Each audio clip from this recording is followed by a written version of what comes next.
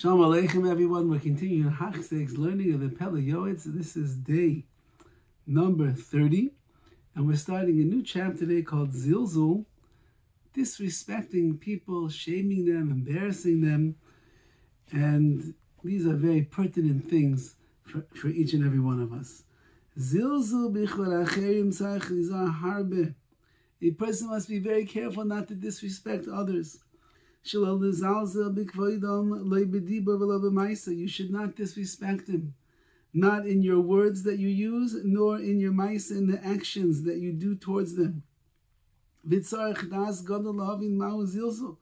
person needs great discernment in order to know what exactly is considered disrespecting another human being. The only one that will be clean from this, who will avoid causing any disrespect, is someone that is very careful and zealous in these areas. He thinks a lot before he does anything to his friend. Or he speaks to his friend. Or about his friend, when he speaks to other people about his friend. He has to imagine for himself. If my friend would do this to me, or he would say this about him, he has to say, how would I feel if I'm about to say something about somebody else? What if they would say that about me? I'm about to do something to somebody else. What if they would do that to me? Would I feel pain? Would I be embarrassed? Would I be shamed as a result of it? And if you would, then you're not allowed to do that to your friend.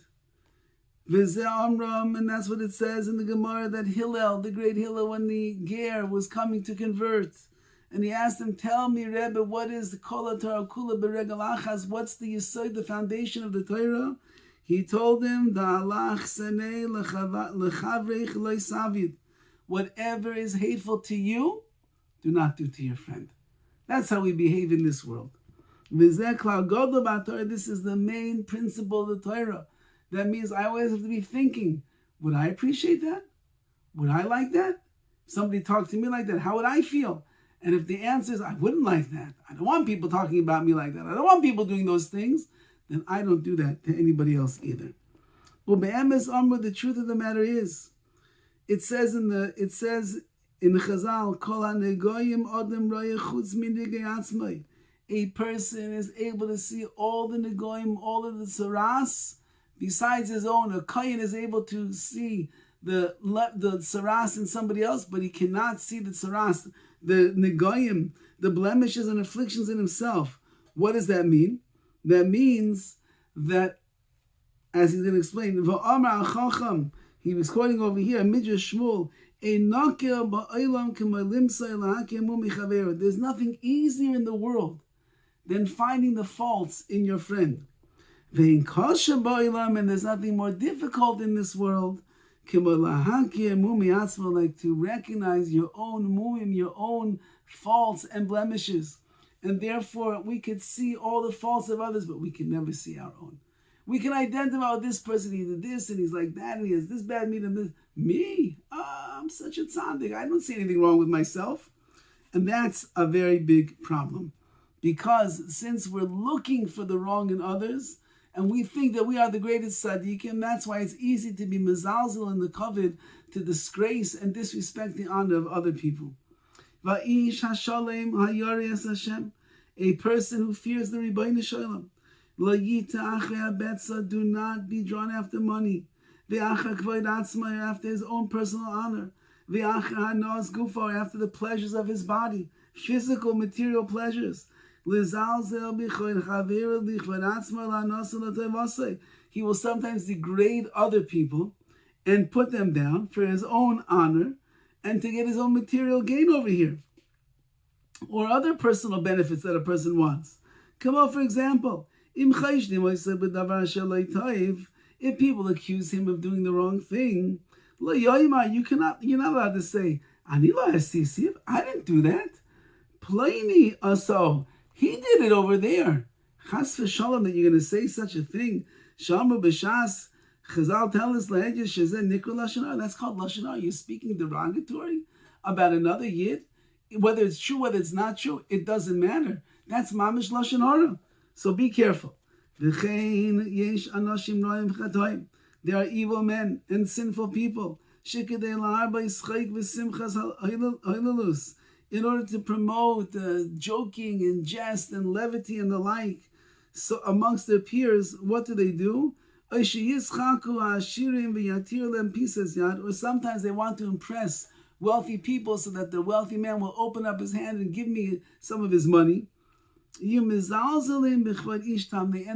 mizalza, they disrespect and they shame the honor of an ish tam, of a very simple, pure person. They make fun of him. That frumak over there, this guy, this edel person over here, they start teasing him. They speak mockery about him. They're like throwing firebrands at him. And they make a joke out of this man's life. The guy's a tamim. Yaakov Avinu was tamim. He was the pure man that was sitting in the tents of study. They take people that are simple people, pure people, ehrlich people, and they make fun of them because they're easy to make fun of. Oy lahem, woe is to them. Oyoy lahem, and grief is to them. Aha, aleim shegamalu ra lenafsham, woe is to them. They brought such bad upon themselves by making fun of other yidden. Ra tova aleim, but k'maimarim zichron levacha, they will be evil. That will befall them, as it says in the Gemara, when a person does mockery of others in the beginning, it's affliction. In the end, it's ruination. Hashem should save us. Like it's written in its place.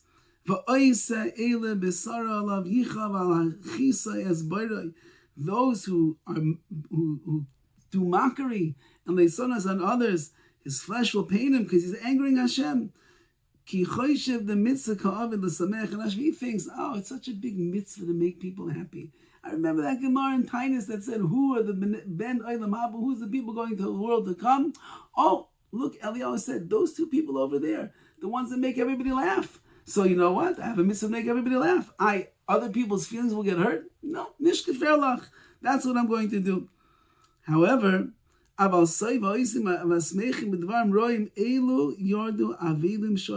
people, they're going to go straight down and they're going to ruin their lives unless they heed the words of Chazal over here and they think what it means to give other people the proper honor, and they end up doing tshuva.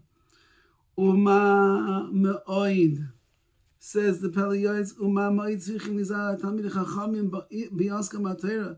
How much Talmidei Chachamim have to be careful while they're immersed in their learning. Oy b'ksavam, when they are writing responsive to each other. Shelo l'daber divrei zilzul, they are not allowed to speak words that will be disrespectful to one another. Kol shenir eloi she'enim lefi kvoidoi. Im hayem medaber lechaver, anything that he would think is beneath the dignity if somebody would call him in such a way, so he should not do that to anybody else. Even if his friend, his chavrusa, his peer over there in learning, ends up going out of line and speaks harshly to him, he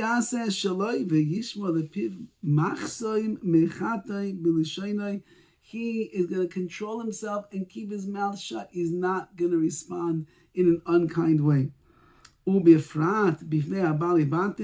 Especially if he's having a conversation and learning with another Talmid Chacham, and there's ignorant, unlearned people standing around.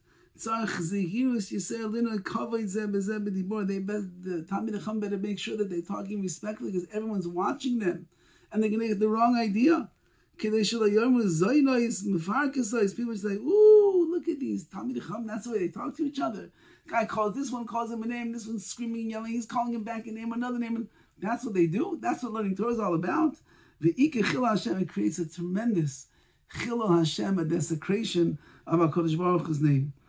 Va'ish hayashar lo yizalzel b'chvoid shum nivra, a person who is a good person, He should never disregard the honor of another person.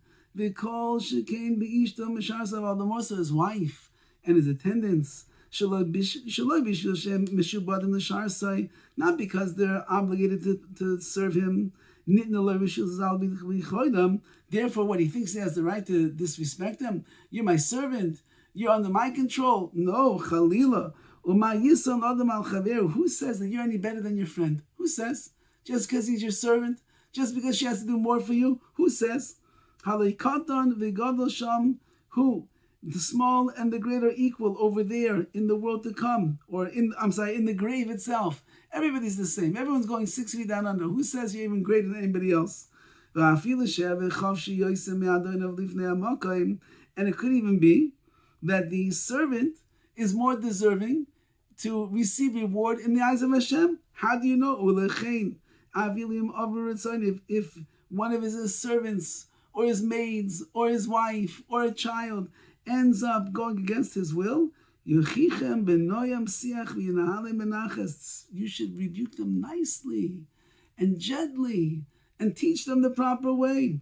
Don't rebuke them harsh.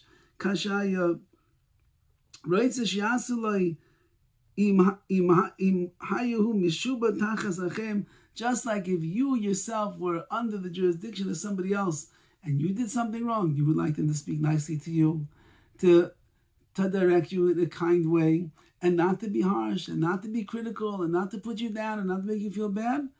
That's the way you have to treat your wife, your children, your maids, your servants, your cleaning lady, whoever it is. Treat them nicely. That is the way of a Jew. All the best.